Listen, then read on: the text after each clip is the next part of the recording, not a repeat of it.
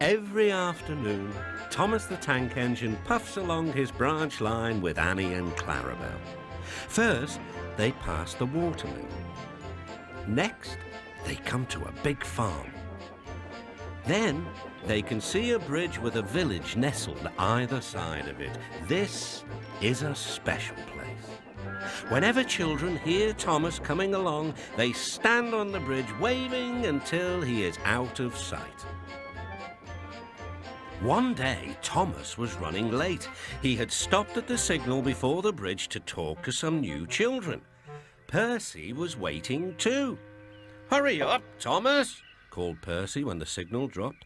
"If you're late, the Fat Controller may get a new engine to replace you." He would never do that, thought Thomas, but he was worried.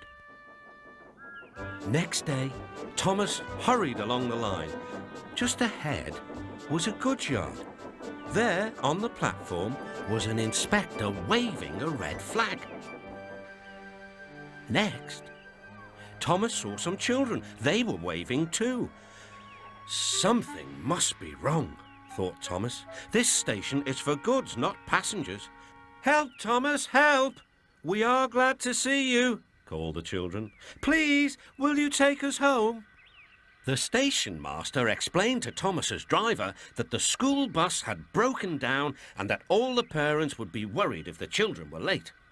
Thomas waited as the children walked down from the bridge. Then he took them to the next station, where Bertie was waiting to take them home. When Thomas finished his journey, he was very late. He was worried that the Fat Controller might be cross with him. "I warned Thomas," puffed Percy to James. "He's been late one time too many. He'll be in trouble now."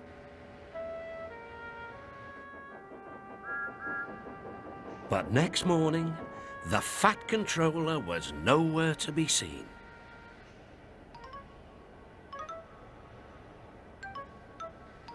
"Thank goodness," sighed Thomas.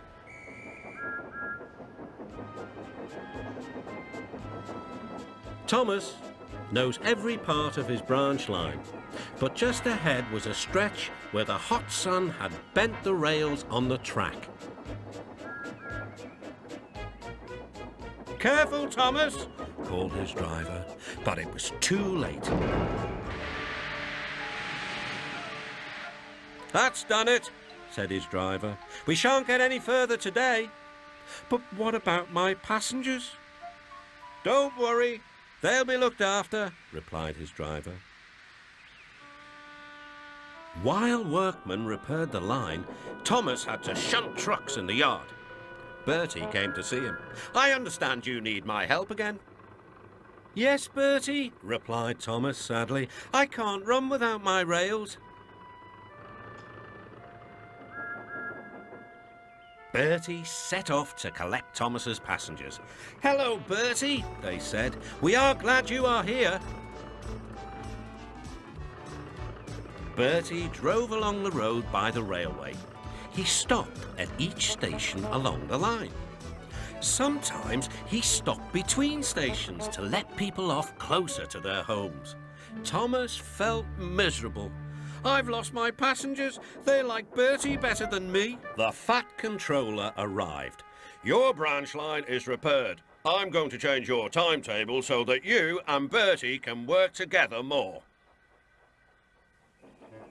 When Thomas reached the station, there were all his passengers.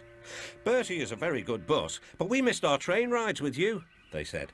Later, Thomas spoke to Bertie. "Thank you for looking after my passengers." "Oh, that's all right, Thomas. I like to make new friends, but I'm glad to share them with you." "Bertie," said Thomas, "you're a very good friend indeed."